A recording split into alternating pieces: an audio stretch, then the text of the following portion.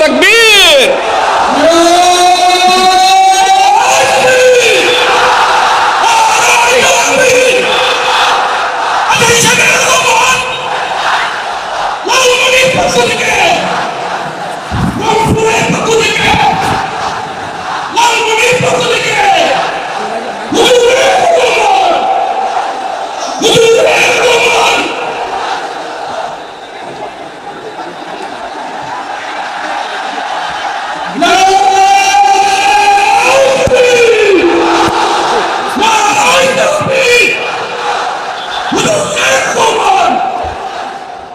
সকল প্রশংসার মালিককে, সকল ক্ষমতার উৎসকে।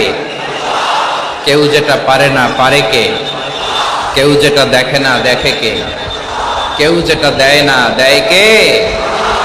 সে আল্লাহ রাব্বুল ইজ্জত ওয়াল জালালের দরবারে আমরা শুকরগুজার হচ্ছি। আমরা সবাই আওয়াজ করে পড়ে নিচ্ছি কালিমাতুশ শুকর, আলহামদুলিল্লাহ। গলা ছেড়ে দিয়ে আওয়াজ করে, প্রিয় লালমনিরহাটের ভাইয়ের আওয়াজ করে সবাই পড়ুন, রব্বানা লাকাল হামদ হামদান কাসীরান তাইয়িবান মুবারাকান ফীহি ইয়া রাব্বি লাকাল হামদু কামা ইয়ানবাগি লিজালালি ওয়াজহিকা ওয়া আযীমি সুলতানিকা লাকাল হামদু বিল ঈমান লাকাল হামদু বিল ইসলাম লাকাল হামদু বিল কুরআন। আমরা আল্লাহ রাব্বুল ইজ্জত ওয়াল জালালের দরবারে শুকরিয়া জ্ঞাপনের পাশাপাশি আজকের এই প্রোগ্রামের ইন্তেজামিয়া কমিটি, ইসলামিক সোসাইটি লালমনিরহাটকে অন্তরের অন্তঃস্থল থেকে ধন্যবাদ জানাতে চাই, শুভেচ্ছা জানাতে চাই। যারা দীর্ঘদিন টানা পরিশ্রম শেষে আজকে লালমনিরহাট জেলায়, যেটা আমার বেসিকলি রংপুর বিভাগের প্রোগ্রাম ছিল, এই ঐতিহাসিক প্রোগ্রামের আয়োজন তারা করেছে, আলহামদুলিল্লাহ। আজকের প্রোগ্রামে সম্মানিত সভাপতি, প্রধান অতিথি, বিশেষ অতিথি, মঞ্চে উপবিষ্ট আপনাদের অত্র এলাকার মা ও মাটির সন্তানেরা, নেতৃবৃন্দ, কমিউনিটি লিডার্স, লালমনিরহাট জেলার সম্মানিত ব্যবসায়ী ভাইয়েরা, চাকরিজীবী ভাইয়েরা, ছাত্র ভাইয়েরা, ভলান্টিয়ার্স ভাইয়েরা এবং লালমনিরহাট জেলা স্টেডিয়ামে অবস্থানরত আমার মা এবং বোনেরা, আমি আপনাদের সবাইকে অন্তরের অন্তঃস্থল থেকে শুভেচ্ছা জানাতে চাই, ধন্যবাদ জানাতে চাই যে আপনারা এত চমৎকার একটি প্রোগ্রামের আয়োজন করেছেন। প্রিয় ভাইরা, আপনারা জানেন যে আমি প্রতি বিভাগে একবার করে সফর করছি। তো সেই সুবাদে রংপুর বিভাগের প্রোগ্রামটা আমি লালমনিরহাটে দিয়েছি এবং আমি আশ্বস্ত হয়েছিলাম যে লালমনিরহাটের প্রোগ্রাম খুবই গোছালো হবে, সুষ্ঠু হবে, শান্ত হবে। সেটার নমুনা আলামত আমি দেখতে পাচ্ছি, আলহামদুলিল্লাহ। সবাই খুবই সুশৃঙ্খল, লক্ষ লক্ষ তাওহীদি জনতা, পেছনে অনেকে জায়গা পায় নাই কিন্তু কোনো আওয়াজ নাই, সবাই দাঁড়িয়ে আছে। এলইডি স্ক্রিন আছে, আপনারা স্ক্রিনে দেখতে পাচ্ছেন, আলহামদুলিল্লাহ। আমি সবাইকে দেখতে পাচ্ছি, মাশাআল্লাহ মাশাআল্লাহ। শান্ত হয়ে আপনারা বসুন, অল্প কিছু সময় কথা বলার সুযোগ আমি পাবো। যেহেতু আমি হেলিকপ্টারে করে এসেছি, হেলিকপ্টারগুলোর আবার একটা পলিসি আছে, সানসেটের আগে, সূর্য ডোবার আগে তাদেরকে এয়ারপোর্টে আবার ল্যান্ড করতে হয়। তো এখানে 3:30টার মধ্যে আমাকে উঠে যেতে হবে। আমি যদি বারবার আপনাদেরকে থামাতে থাকি, শান্ত হতে বলি এবং এগুলোতেই যদি আমরা সময় নষ্ট করে ফেলি, তাহলে এই যে বিশাল মহাসমাবেশ, বিশাল আয়োজন, যেখানে 2-4টা আমি বার্তা দিতে চাই, এগুলো ব্যাহত হবে। লালমনিরহাটের ছেলেরা খুব ভদ্র, শান্তশিষ্ট। আসার পর থেকে আমাকে রিসিভ করা থেকে শুরু করে, স্টেজে আনা থেকে শুরু করে, এবং আলহামদুলিল্লাহ তরুণ জেনজি শ্রোতাদেরকে আমি দেখতে পাচ্ছি, তারা খুবই কোঅপারেটিভ। সহযোগিতা করার, কোঅপারেট করার, অ্যাসিস্ট করার মানসিকতা আমার ভাইদের আছে, আলহামদুলিল্লাহ আলহামদুলিল্লাহ। আমি চাইবো আমরা একটু নীরব, নিস্তব্ধ পরিবেশ তৈরি করার একটু চেষ্টা করব। প্রচন্ড রোদ, আপনাদের যেমন কষ্ট হচ্ছে আমারও কষ্ট হচ্ছে। ওনারা বলেছিল স্টেজকে সরাবে, উপরে পর্দা দিবে। আমি বললাম দরকার নাই, দরকার নাই। যেই পরিস্থিতিতে আছি আমরা বসি, শান্ত হইতে হবে। এখানে আমি শান্ত হইতে বলবো, ভলান্টিয়ার্সরা মাইক নিয়ে শান্ত হইতে বলবে, আমাদের সম্মানিত উপস্থাপক উনি শান্ত হইতে বলবে। এগুলোর অপেক্ষায় না থেকে নিজ দায়িত্বে আমরা সবাই শান্ত থাকি, যাতে লালমনিরহাটের এই প্রোগ্রাম একটা ইতিহাস হয়ে থাকে বাংলাদেশে, ঠিক কিনা বলেন? যখন আমি সময় দিব, শাউট করতে বলবো, নয়েজ করতে বলবো, তখন নয়েজ করতে হবে আওয়াজ করে। আর যখন কথা বলবো তখন একেবারে চুপ থাকতে হবে, একেবারে চুপ। মাশাআল্লাহ, হ্যাঁ ঠিক আছে, একেবারে চুপচাপ, একেবারে চুপচাপ থাকতে হবে। ধুলা উড়ানো যাবে না, সামনে আগানো যাবে না। নিজের সুবিধা নিরাপত্তা বুঝতে হবে। এটা কোনো রাজনৈতিক সমাবেশ না, এখানে লাফালাফি, চিৎকার চেঁচামেচি, হাত দেখানোর দরকার নেই। হাত দেখানোর পর্ব শেষ। এখানেও ঠান্ডা হয়ে গেছে, মাশাআল্লাহ। হ্যাঁ মাশাআল্লাহ, আমাদের ভলান্টিয়ার্স ভাইরা, আমাদের স্বেচ্ছাসেবক ভাইরা, আইন শৃঙ্খলা রক্ষাকারী ভাইরা অনেক চেষ্টা করতেছে, মাশাআল্লাহ, very good. I am very happy to C this scenario, মাশাআল্লাহ, আলহামদুলিল্লাহ। আমি একটু দেখতে চাই যে রংপুর বিভাগের কে কোন জেলা থেকে আপনারা এসেছেন। কুড়িগ্রাম থেকে কারা এসেছেন দেখি, কুড়িগ্রাম, মাশাআল্লাহ মাশাআল্লাহ। আচ্ছা, গাইবান্ধা জেলার কে আসছেন? গাইবান্ধা, হ্যাঁ মাশাআল্লাহ। ঠাকুরগাঁও অনেকে আসছেন। দিনাজপুর জেলা থেকে, মাশাআল্লাহ। নীলফামারী, ঠিক আছে, ফি আমানিল্লাহ। পঞ্চগড় অনেক আসছে। রংপুর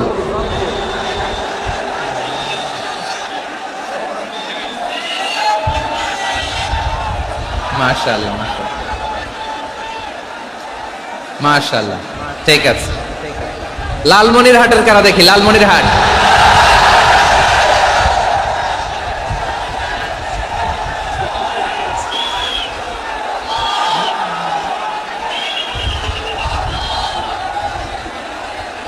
মাশাআল্লাহ মাশাআল্লাহ মাশাআল্লাহ,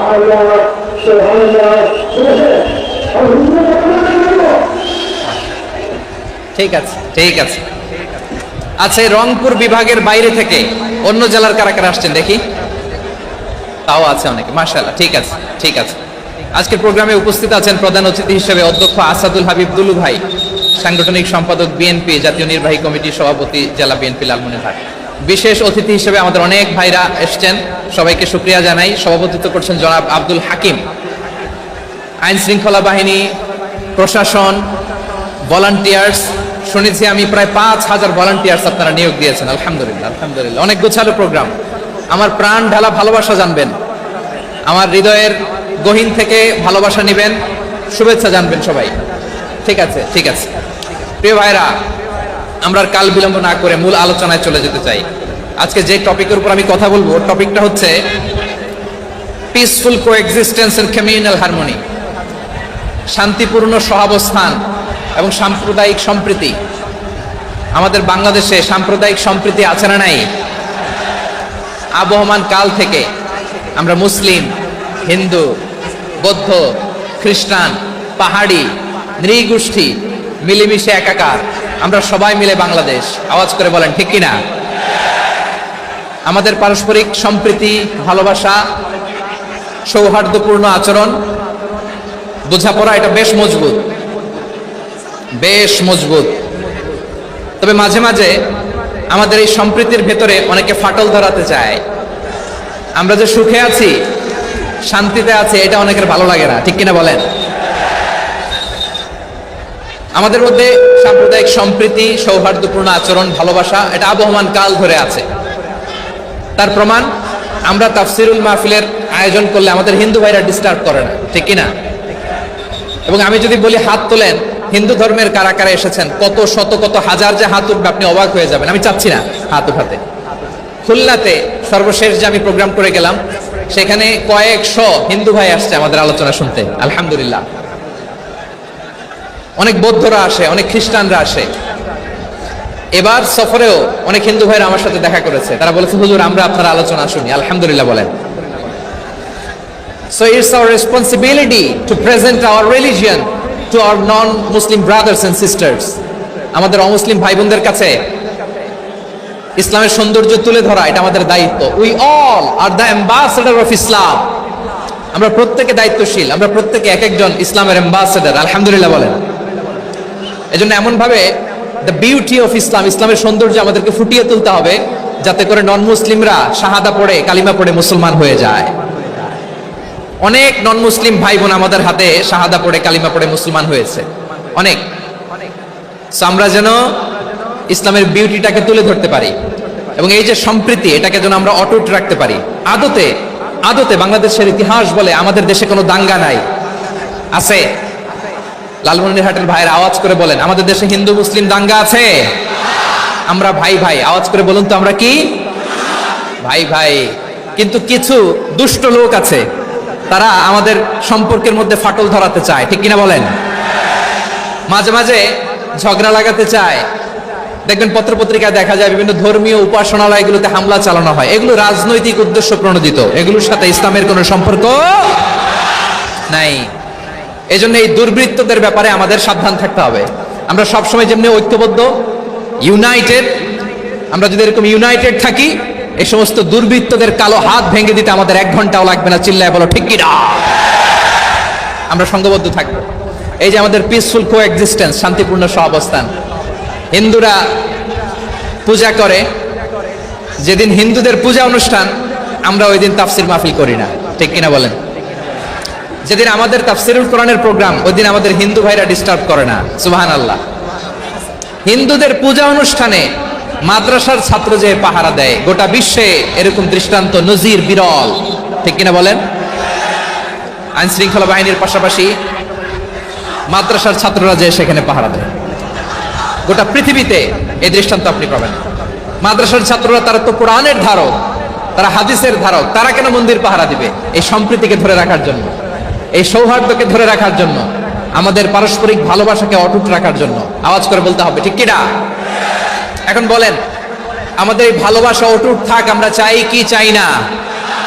আমরা হিন্দু মুসলিম মিলেমিশে শান্তিপূর্ণ সহাবস্থান, সাম্প্রদায়িক সম্প্রীতি, লালমনিরহাটের ভাইয়ের আওয়াজ করে বলুন, এই সাম্প্রদায়িক সম্প্রীতি আমরা চাই কি চাই না? আল্লাহ এই দেশকে তুমি বরকতময় করো, বাংলাদেশকে তুমি শান্তিময় করো। আওয়াজ করে সবাই বলেন আমিন। এই জায়গাটাতে সামান্য একটু আওয়াজ হচ্ছিল, এটাও থেমে গেছে। আলহামদুলিল্লাহ, আলহামদুলিল্লাহ। এখন একেবারে everything is in my control, মাশাআল্লাহ। ঠিক আছে, আমি মূল আলোচনায় যাই। প্রিয় ভাইরা, আমি বলেছিলাম আমার আলোচনার বিষয় হচ্ছে শান্তিপূর্ণ সহাবস্থান, সাম্প্রদায়িক সম্প্রীতি। আমরা দেখব ইসলাম আমাদেরকে কি কি দিক নির্দেশনা দেয়। শান্ত হইতে হবে, খরগোশের কানের মতো কান দুটো আমার দিকে করে রাখেন। আমি এখনো উঠে যাব, হাত মারায় লাভ নাই, আমি উঠে যাব। তাকায় থাকো আর কান খাড়া, আওয়াজ হবে না। হ্যাঁ, মাশাআল্লাহ, মাশাআল্লাহ, ঠিক আছে। আমরা দেখব যে রাসূল সাল্লাল্লাহু আলাইহি ওয়াসাল্লাম এই পিসফুল কোএক্সিস্টেন্সের জন্য আমাদের কি শিখিয়েছেন, কি কি গাইডলাইন দিয়েছেন। আমরা 1, 2, 3, 4 করে এগুলো আপনাদের সাথে শেয়ার করব। আমি আপনাদের খেদমতে সূরাতুল আনআমের 108 নম্বর আয়াত তেলাওয়াত করেছি। এখানে আল্লাহ রাব্বুল ইজ্জা ওয়াল জালাল তিনি ইরশাদ করছেন, ওয়ালা তাসুব্বুল্লাযীনা ইয়াদউনা মিন দুনিল্লাহি ফায়াসুব্বুল্লাহা আদওয়াম বিগাইরি ইলম কাযালিকা যায়্যান্না লিকুল্লি উম্মাতিন আমালাহুম সুম্মা ইলা রাব্বিহিম মারজিউহুম ফায়ুনাব্বিউহুম বিমা কানু ইয়ামালুন। রব্বুল আলামিন বলেন, গোলাম ও আমার ইমানদার বান্দারা শোনো শোনো, ও আমার বিশ্বাসী বান্দারা শোনো শোনো, লা তাসুব্বুল্লাযীনা ইয়াদউনা মিন দুনিল্লাহ ফায়াসুব্বুল্লাহা আদওয়াম বিগাইরি ইলম। ও আমার বিশ্বাসী বান্দারা, যারা আল্লাহকে ব্যতি রেখে, আল্লাহকে বাদ দিয়ে অন্য উপাস্যকে ডাকে, দেবীর পূজা করে, দেবতাদের পূজা করে, তোমরা খবরদার তাদের গালি দিও না। আওয়াজ করে বলেন, কি দিও না? আল্লাহ বলেন, ও বিশ্বাসীরা শোনো, যারা আল্লাহকে বেছে রেখে দেব দেবীর পূজা করে, অন্য উপাস্যের পূজা করে, তাদেরকে ডাকে, ওই দেবতাদেরকে তোমরা গালি দিও না। যদি ওই দেবতাদেরকে গালি দাও, তাহলে ভুলবশত, শত্রুতাবশত তারা তোমাদের রব আল্লাহকে গালি দেবে, ঠিক কি না? তোমরা যদি তাদের দেবতাদের গালি দাও, ওরা রেগে তোমার আল্লাহরে গালি দিবে, তাহলে আল্লাহরে গালি খাওয়ানোর কারণ হয়ে গেলাম আমি, ঠিক কি না? বলেন।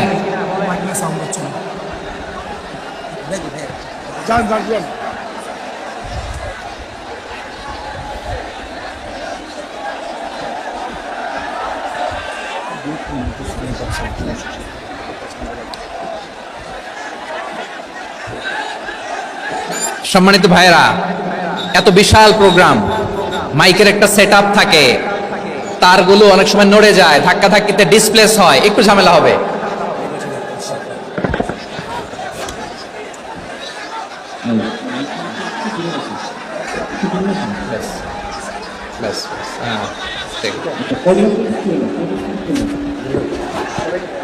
ঠিক আছে, একটু একটু সমস্যা হবে মাঝে মাঝে, আপনারা শান্ত থাকলে, শান্ত থাকতে হবে। এইভাবে সাউন্ড নাই, এই নাই, এই বলতে বলতে আমার সময়ও নাই, উঠে যেতে হবে, এগুলো বোকামি। এই বিভাগীয় প্রোগ্রামগুলোতে যাই, চিৎকার চেঁচামেচি করে তোমরা আসো, সময় শেষ আমাকে উঠে যেতে হয়, আমরা তো বঞ্চিত হলাম। গুরুত্বপূর্ণ অনেক কথা শোনাবো তোমাদের, অনেক। প্রিয় ভাইরা, আপনারা শান্ত হয়ে বসুন, শান্ত হয়ে। রব্বুল আলামিন বলেন, খবরদার বিশ্বাসীরা, আল্লাহ ছাড়া যারা অন্যান্য উপাস্যদেরকে ডাকে, দেবতাদেরকে ডাকে, তাদেরকে তোমরা গালি দিও না। ওই সমস্ত দেবতাদেরকে যদি তোমরা গালি দাও, তাহলে তারা আল্লাহকে গালি দিবে, ঠিক কিনা বলেন? আমরা দেবতাদের গালি দিলে ওরা আল্লাহকে গালি দিবে। রব্বুল আলামিন বলেন, খবরদার দেবতাদেরকে গালি দিও না, তাহলে ওরা তোমার রব আল্লাহরে গালি দেবে। প্রতিটি জাতির জন্য তাদের কাজকে আমি আল্লাহ সুশোভিত করে রেখেছি, তারা সবাই একদিন আমার কাছেই ফিরে আসবে। এরপর আমি রব্বুল আলামিন তাদের আমলনামা তাদেরকে জানিয়ে দেব। সুবহানাল্লাহ পড়ে। প্রিয় ভাইরা, আল্লাহ তাআলা বলেছেন, খবরদার গালি দিও না। আদেশটা কার? আওয়াজ করে বলেন তো। হিন্দুদের দেবতা দেবদেবীদেরকে গালি দেওয়া যাবে না, আওয়াজ করে বলুন প্রিয় ভাইরা, এই আদেশটা কার? এই আপনাদের গলার আওয়াজ। অন্য ধর্মের দেবতাদেরকে যে গালি দেওয়া যাবে না, এই আদেশটা কার? আরো জোরে বলুন, কার? গালি দিবেন কোন দেবতাকে? দিবেন? যদি দেন তাহলে ওরা আল্লাহরে গালি দিবে, তাহলে আল্লাহরে গালি খাওয়াইলো কে? আপনি, ঠিক কিনা বলেন? আমি আল্লাহকে গালি খাওয়ানোর কারণ হলাম, কারণ আমি যদি গালি না দিতাম ওরা আমার রবকে গালি দিত না। আওয়াজ করে বলেন ঠিক কিনা? তাহলে প্রিয় ভাইরা, ইসলাম আমাদেরকে শিখায়, সূরাতুল আনআমের 108 নম্বর আয়াত থেকে আমরা বুঝলাম, কোন ধর্মকে ছোট করা যাবে না। অন্য ধর্মকে ছোট করা মানে ইসলামকে ছোট করা। অন্য ধর্মের দেবতাকে গালি দেওয়া মানে আল্লাহকে গালি খাওয়ানো। আওয়াজ করে বলেন ঠিক কিনা? খবরদার, এটা করা যাবে না। আর অন্য ধর্মের দেবতাকে যদি আপনি গালি দেন, ওরা ইসলাম থেকে দূরে সরে যাবে। যাও ইসলামের প্রতি আকৃষ্ট হয়েছিল, আর কোনোদিন ইসলামের ধারে কাছে আসবে না। আওয়াজ করে বলেন ঠিক কিনা? এজন্য কখনো কোনোদিন অন্য ধর্মের দেবতাদেরকে গালি দেওয়া যাবে না। অন্য ধর্মের কোন দেবতাদেরকে আমরা গালি দিব না, গালি দিব না, বরং ইসলামের beauty, the beauty of Islam, ইসলামের সৌন্দর্যকে আমরা তুলে ধরব। আমরা যদি বিশ্বনবী সাল্লাল্লাহু আলাইহি ওয়াসাল্লামের জীবনের দিকে তাকাই, তাহলে আমি দেখব বিষ্ণু ইসলাম মক্কাতে কিংবা মদিনাতে অন্য ধর্মের লোকদের সাথে খুব পিসফুলি লাইফ লিড করেছেন। হোক মুশরিক, হোক খ্রিস্টান, হোক ইহুদি, বিশ্বনবী সবার সাথে মিলেমিশে ছিলেন। আলহামদুলিল্লাহ বলেন। ইসলাম হচ্ছে পিসফুল রিলিজিয়ান। অন্য ধর্মের প্রতি সহনশীলতার সবক ইসলাম আমাদেরকে দেয়। কিন্তু প্রতিটি মুসলিমের এটা মনে রাখতে হবে, আল্লাহর কাছে পছন্দনীয় গ্রহণযোগ্য ধর্ম, জীবনাদর্শ একটি, সেটা হচ্ছে ইসলাম। আওয়াজ করে বলেন, সেটা কি? লালমনিরহাটের ভাইরা আওয়াজ করে বলুন, আল্লাহর কাছে মনোনীত ধর্ম একটি, সেটা কি? এজন্য রব্বুল আলামিন বলেন, ইন্নাদ-দীনা ইনদাল্লাহিল ইসলাম, আল্লাহর কাছে মনোনীত গ্রহণযোগ্য অ্যাকসেপ্টেড ধর্ম মতাদর্শ একটা, সেটা হলো ইসলাম। ইসলাম ছাড়া অন্য কোন ধর্ম যদি কেউ তালাশ করে, তার ওই ধর্ম আল্লাহ গ্রহণ করবে না। ওমাই ইয়াবতাগি গায়রাল ইসলামি দীনান ফালাই ইউকবালা মিন ওয়া হুয়া ফিল আখিরাতি মিনাল খাসিরিন।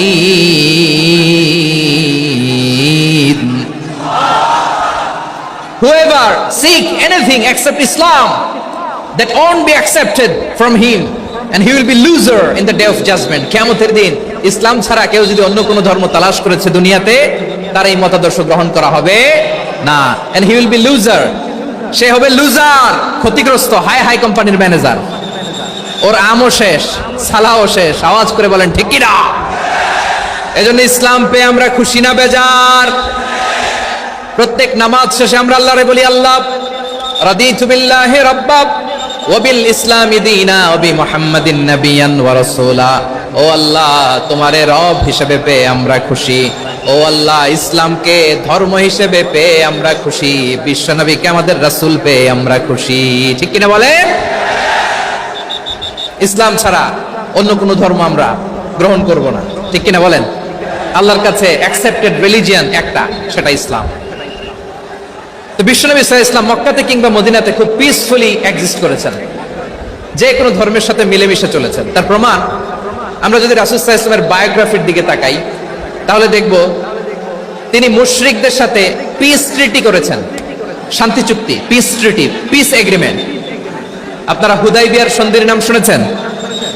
আমার লালমনিরহাটের কলিজার টুকরা ভাইয়েরা, হুদাইবিয়ার সন্ধির নাম আপনারা শুনেন নাই?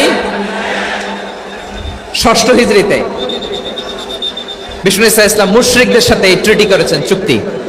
কাদের সাথে? মুশরিকদের সাথে।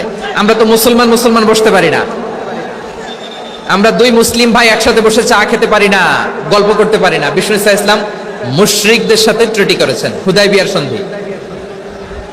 এই সন্ধির আগে মক্কা থেকে কেউ মদিনায় যেতে পারে না, মদিনা থেকে কেউ মক্কায় যেতে পারে না। কিন্তু এই সন্ধির পরে ট্রাফিক স্বাভাবিক হয়ে গেল।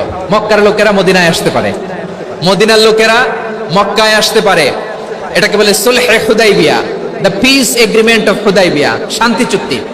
আমরা পৃথিবীতে এখন অনেক শান্তি চুক্তির নাম শুনি, এগুলো সব the piece treaty of Hudaibiya থেকে কপি করা। আল্লাহু আকবার।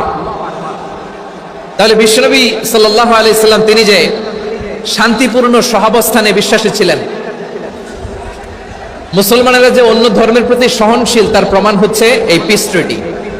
শুধু তাই নয়, মাইকের সাউন্ডটা একটু বাড়াই দিতে হবে, খুব দুর্বল, একটু মজবুত করতে হবে,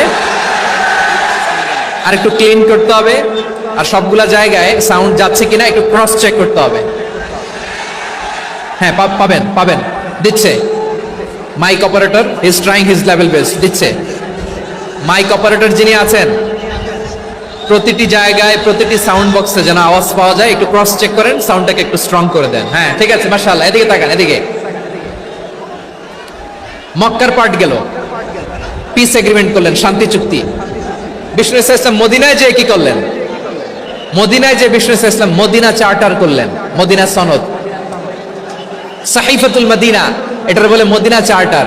এই যে ওয়েস্টে, ইউরোপে, আমেরিকাতে তারা অনেক চার্টার করে, এই সব চার্টার মদিনা চার্টার থেকে কপি করা। আওয়াজ করে পড়েন সুবহানাল্লাহ।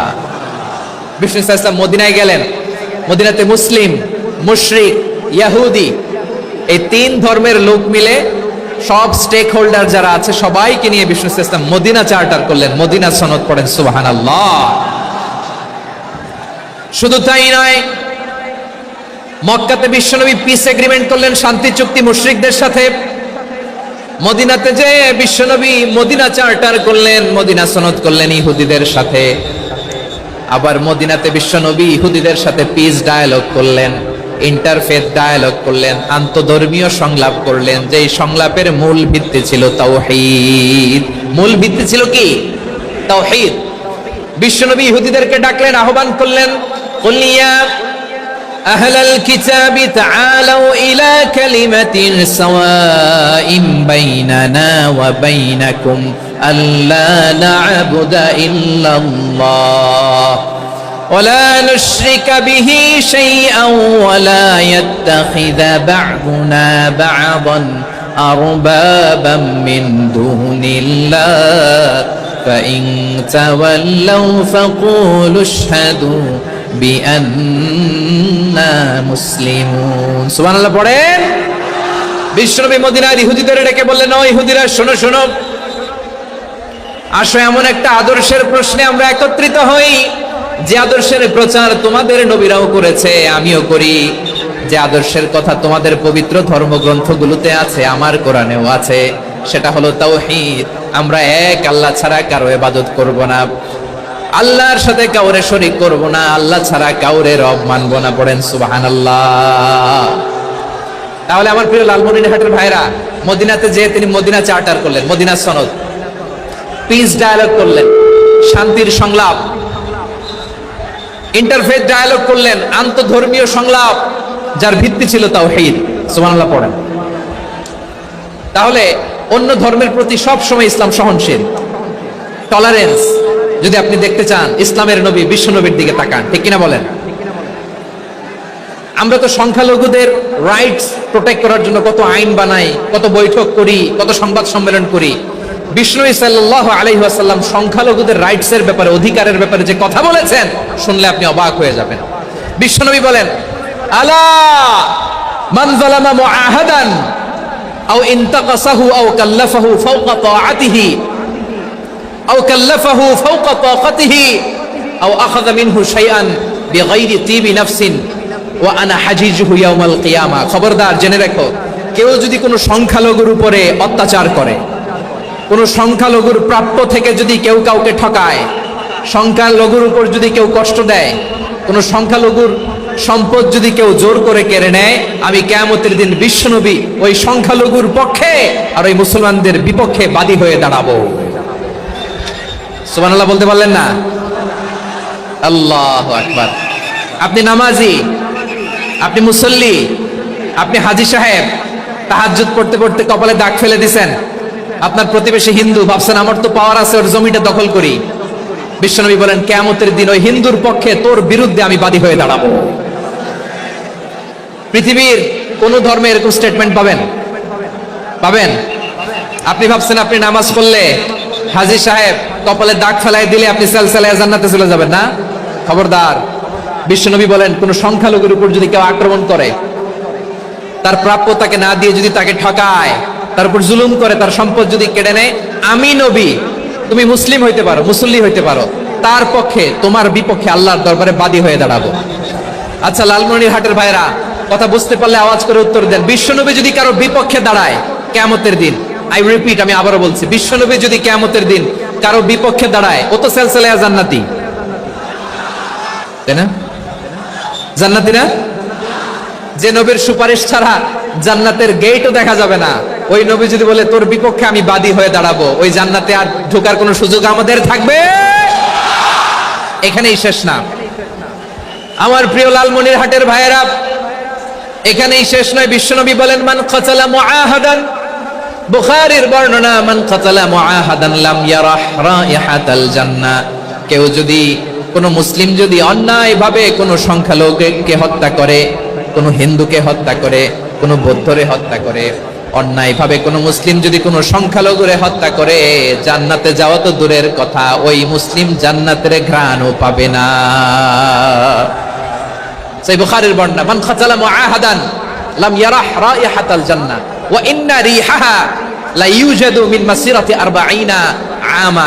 যে জান্নাতের ঘ্রাণ 40 বছর দূরের রাস্তা থেকেই পাওয়া যায়। সুবহানাল্লাহ পড়েন। প্রিয় ভাইরা, এখান থেকে জান্নাতে পৌঁছতে লাগবে 40 বছর। এত দূর, কত বছর? সবাই বলেন কত বছর? এখান থেকে জান্নাতে পৌঁছতে লাগবে 40 বছর। এত দূরে থাকতেই জান্নাতের ঘ্রাণ আপনার নাকে এসে ধাক্কা মারবে। বিশ্বনবী বলেন, যে ব্যক্তি কোন সংখ্যালঘুকে হত্যা করে, জান্নাতের ঘ্রাণ তো পাবেই, জান্নাতে তো ঢুকতে পারবেই না, জান্নাতের ঘ্রাণও তার নাকে লাগবে না। পড়েন না আউযুবিল্লাহ। তাহলে সংখ্যালঘুদের ব্যাপারে ইসলামে অধিকার দেয়া আছে না নাই? লালমনিরহাটের ভাইয়ের আওয়াজ করে বলেন, আমার সংখ্যালঘু হিন্দু ভাইদের রাইটস, অধিকার আমাদের ইসলামে প্রোটেক্টেড আছে না নাই? এখানেই শেষ না। বিষ্ণু ইসলাম আপনার অমুসলিম প্রতিবেশীর সাথে ভালো আচরণ করতে বলেছে। আমাদের হয় না এটা মুসলিম পাড়া, ওটা বৌদ্ধ পাড়া, হয় না?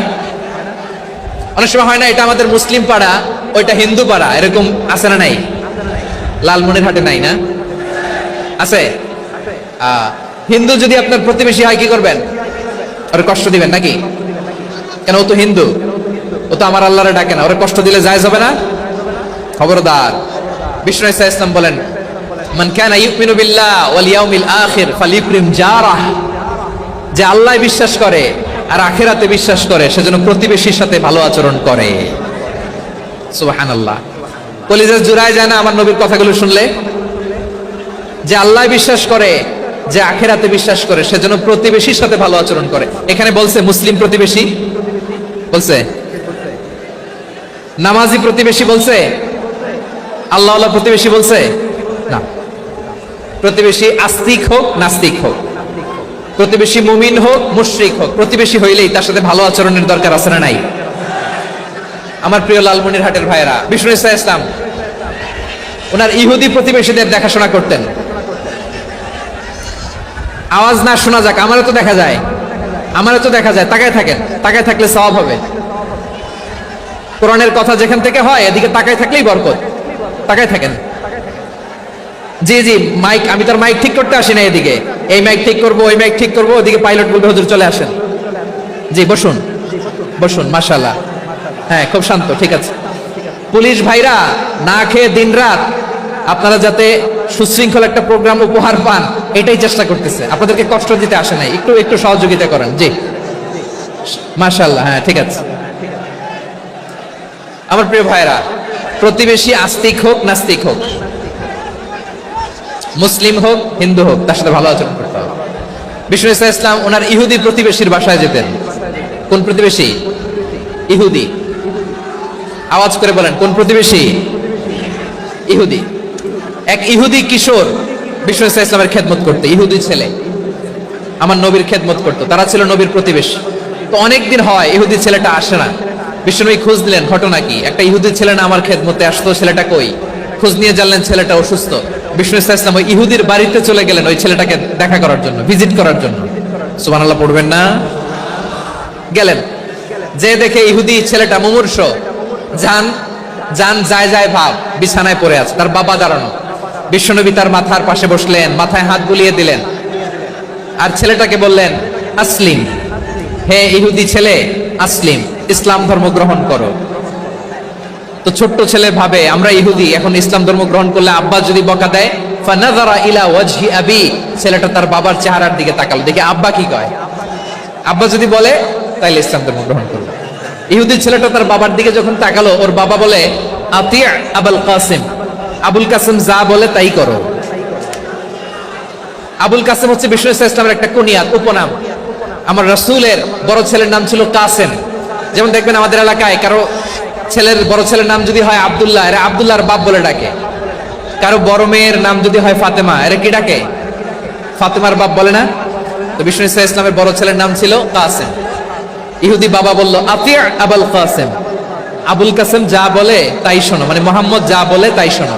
এই কথা শুনে ছেলে সাহস পাইছে, ছেলে আবার পড়তে আরম্ভ করলো আশহাদু আল্লাহ ইলাহা ইল্লাল্লাহ ওয়া আশহাদু আন্না মুহাম্মাদার রাসূলুল্লাহ, পড়েন আল্লাহু আকবার। বিশ্বনবীর আহ্বান শুনে ওই আহ্বানে সাড়া দিয়ে ইহুদি ছেলে শাহাদা পড়ে মুসলমান হয়ে গেল। তার হৃদয়টার ঈমানের নূর দিয়ে আলোকিত করে দিল কে? প্রিয় ভাইরা, এবার রাসূল সাল্লাল্লাহু আলাইহি ওয়াসাল্লাম বের হয়ে আসলেন ঘর থেকে, আর বললেন আলহামদুলিল্লাহিল্লাযী আনকাযাহু মিনান নার, প্রশংসা সে আল্লাহর যে আল্লাহ জাহান্নামে চলে যাচ্ছিল প্রায় এমন একটা লোককে মুহূর্তের মধ্যে কালেমায়ে শাহাদাতের বদৌলতে জান্নাতি বানায় দিলেন। আওয়াজ করে পড়েন সুবহানাল্লাহ। এই হাদিস থেকে আমরা কি শিখলাম? What is the moral of the story? এক নম্বর স্টোরি হলো, প্রতিবেশী ইহুদি হোক হিন্দু হোক, যাবেন, সুসম্পর্ক রাখবেন, উপহার দিবেন, বিপদে পাশে দাঁড়াবেন, তাইলেই তো আপনাদের প্রতি, মুসলমানদের প্রতি তারা আকৃষ্ট হবে, ঠিক কিনা বলেন? আপনি যদি হিন্দুদের সাথে বৌদ্ধদের সাথে নাই মিশেন, নাস্তিকের কাছে নাই যান, তো ইসলামের সৌন্দর্যটা ওরা বুঝবে কেমনে? আমার অনেক হিন্দু পরিচিত ভাই আছে, ওরা আমাদের ইফতারের প্রোগ্রামে এসে একসাথে ইফতারি করে। অনেক মদখোর আমার সাথে বসে একসাথে ডিনার করে, হাফ প্যান্ট পরা, গলায় স্বর্ণের চেইন, হাতে স্বর্ণের ব্রেসলেট, আইসা আমার সাথে ডিনার করছে, আছে এরকম। গাঁজাখোর, আমি বলি আসো, ওয়েলকাম টু মাই ডিনার, আসো বসো, বসলেই তো আমি ওর ডিএনএ, চিন্তার ডিএনএ চেঞ্জ করে দেওয়ার সুযোগ পাবো। চিল্লায় বলো ঠিক কিনা? আসতে হবে আমার কাছে। Our door is open, the door of Islam is open 24/7। সব সময় আমাদের ইসলামের দরজা আমার অমুসলিম ভাইদের জন্য খোলা আছে না নাই? এই হাদিস থেকে দুইটা শিক্ষা। এক নম্বর শিক্ষা, প্রতিবেশী মুসলিম হোক অমুসলিম হোক, যান, অসুস্থ হইলে একটু আপেল নিয়ে যান, আঙ্গুর নিয়ে যান, কমলা নিয়ে যান, তাদের সাথে ভালো আচরণ করেন। ইসলামের বিউটি দেখে, সৌন্দর্য দেখে অবাক হবে, নসিব ভালো হলে কোনোদিন কালিমা পড়ে মুসলমান হয়ে যাবে, ঠিক কিনা বলেন? তাহলে অমুসলিমের সাথে ভালো সম্পর্ক। বিশ্বনবী ইহুদির বাড়িতে গেলেন, ইহুদির বাড়ি, আর আমার মুসলমান ভাই আমার কাফের বলে, এরকম আছে না নাই? মুসলিমরা দেখতে পারে না, সহ্য করতে পারে। বিশ্বনবী সাল্লাল্লাহু আলাইহি ওয়াসাল্লাম ইহুদির বাড়িতে গেলেন, এটা একটা শিক্ষা। আরেকটা শিক্ষা হলো, ভাইরা ধাক্কা মেরে এসে সামনে এসে কি লাভ? প্রোগ্রাম তো শেষ হচ্ছে, এখনই শেষ হচ্ছে তো। এই যে আমাদের বকশি ভাই ওয়াদা নিল, হাত তোলালো, মিম বলে এত কথা বললো, তো আমি জেলায় জেলায় যে খালি হাত নাড়াই তোমাদের জন্য নাকি? হ্যাঁ, হাত নাড়াই শুধু। এই ধাক্কাইতে ধাক্কাইতে এদিকে এসে হাত নাড়াইতেছে, হয়েছে তো, দেখলাম তো, ঠিক আছে, মাশাআল্লাহ, অনেক সুশৃঙ্খল, অন্যান্য যে কোনো জেলার চেয়ে অনেক সুশৃঙ্খল। আমার দিকে তাকাও, আমার দিকে তাকাও, ঠিক আছে। এই যে দাঁড়িয়ে আছে, একটা ছেলে নড়ে না, দেখছেন? মাশাআল্লাহ, মাশাআল্লাহ, মাশাআল্লাহ। হ্যাঁ, এইভাবেই। আর কয়েকটা মজাদার কথা আছে, শোনো। এই হাদিস থেকে আমাদের শিক্ষা হলো, আমার প্রতিবেশী যেই ধর্মের হোক আমি সম্পর্ক রাখবো। অসুস্থ হলে যাব, কি বলেন ভাইরা? যাবেন না? যাবেন না আপনারা? আচ্ছা, 2 নম্বর শিক্ষা হলো, বিষ্ণু ইসলামের খাদেম ছিল ইহুদি, এতদিন খেদমত করলো, একদিনও বিশ্বনবী ওরে কালিমার দাওয়াত দেয় নাই। কারণ কি? বিশ্বনবী একটা ভালো সময়ের অপেক্ষা করতেছিলেন, প্রপার টাইমিং। দাঈর কাজ হচ্ছে দাঈ ইলাল্লাহ, সে হচ্ছে সুযোগ সন্ধানী। দাঈ সুযোগ খোঁজে, কখন দাওয়াত দিলে ব্যাটে বলে হবে, ঝোপ বুঝে কোপ মারে, ঠিক কিনা বলেন? বিষ্ণু ইসলাম ভালো সময়ের অপেক্ষা করতেছিলেন, দেখি ভালো সময় আসুক আসুক আসুক আসুক। আস্তে আস্তে এমন সময় আসছে, ছেলে এবার মুমূর্ষ, অসুস্থ ব্যক্তির হৃদয় অত্যন্ত নরম থাকে।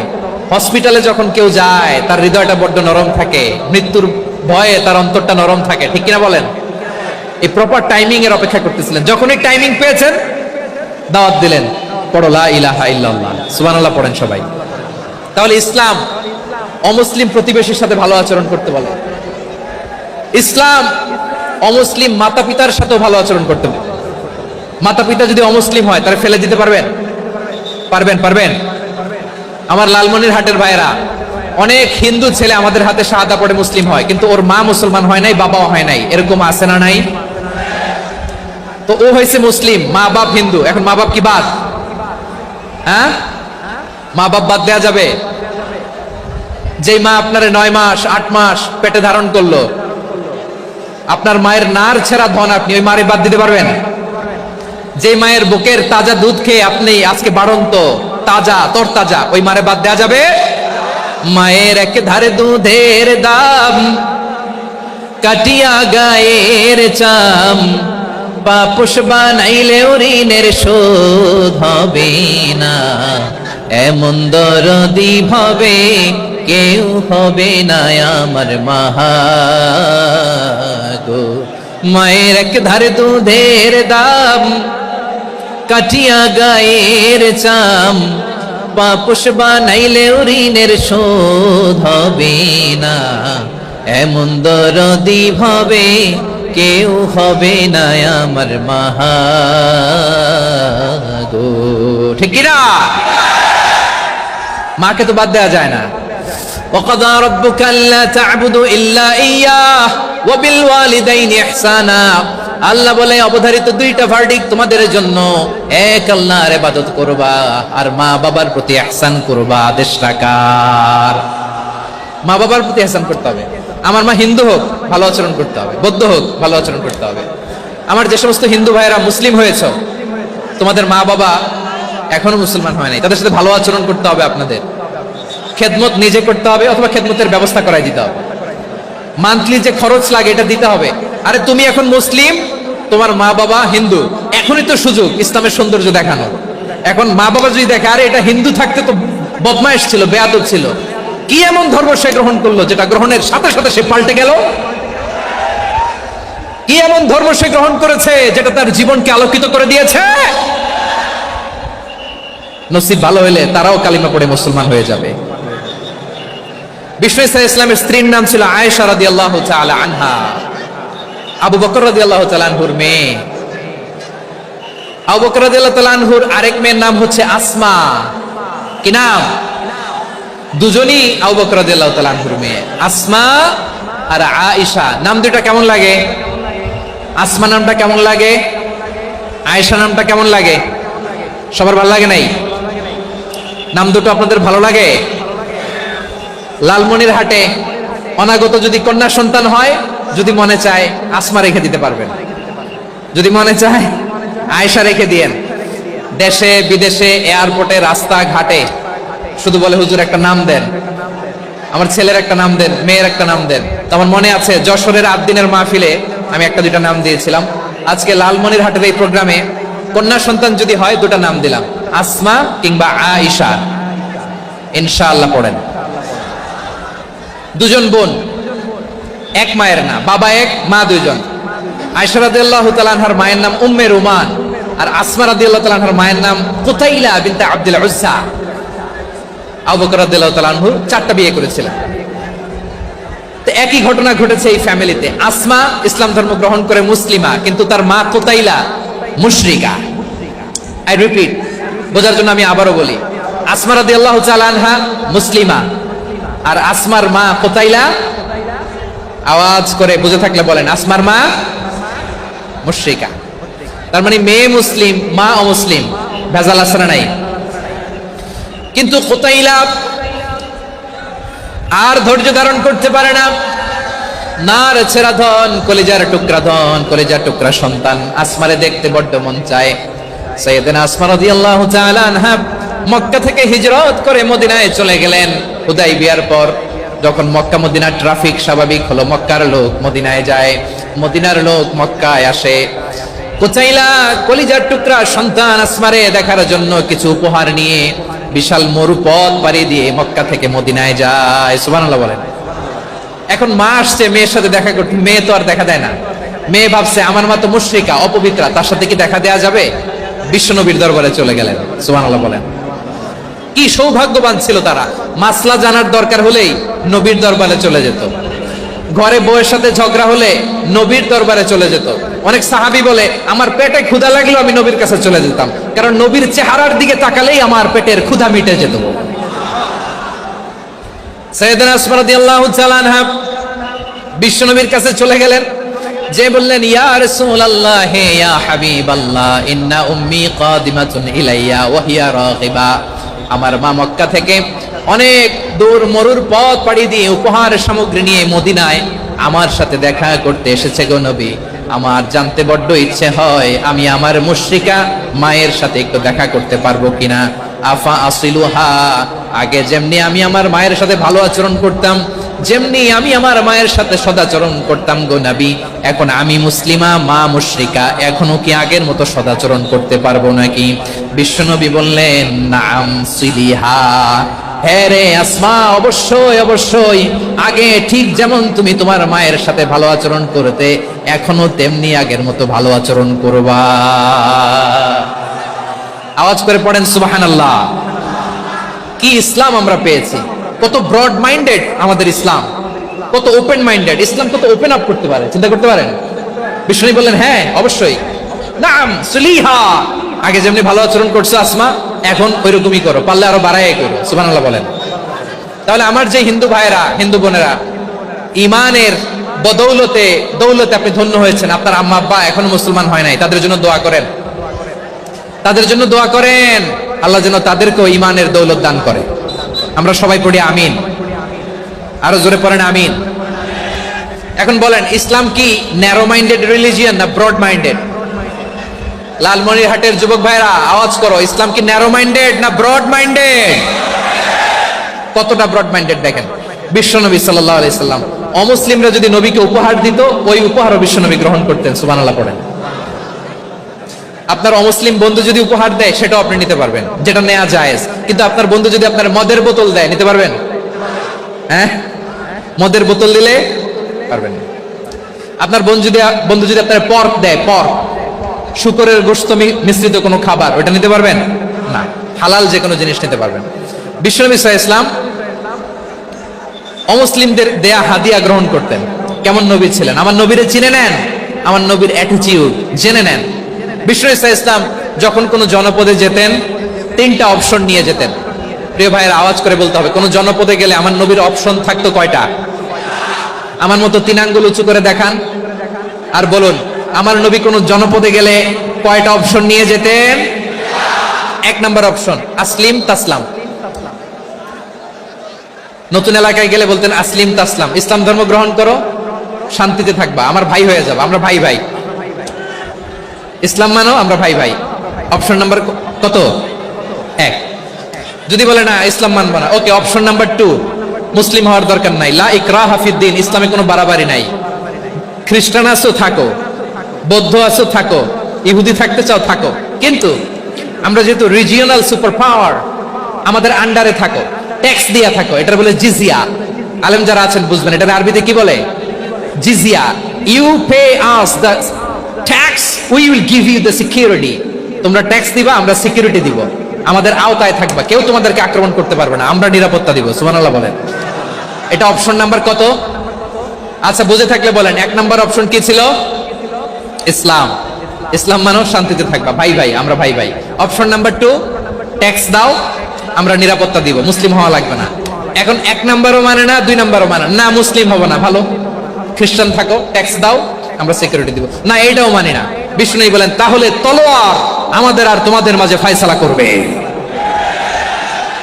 মুসলিমও হবো না, ট্যাক্স দিবা, নিরাপত্তা দিব, আমরা সুপার পাওয়ার, আমাদের আন্ডারে থাকবে, এইটাও না। তাহলে তোমাদেরকে তো আমরা বিশ্বাস করতে পারি না, কখন না কখন বিশ্বাসঘাতকতা করো, কার সাথে মিলে হাত মিলাও, তলোয়ার আমাদের মাঝে ফয়সালা করবে। তখন তিনি জেহাদের সশস্ত্র সংগ্রামের ঘোষণা দিতেন। সুবহানাল্লাহ পড়েন।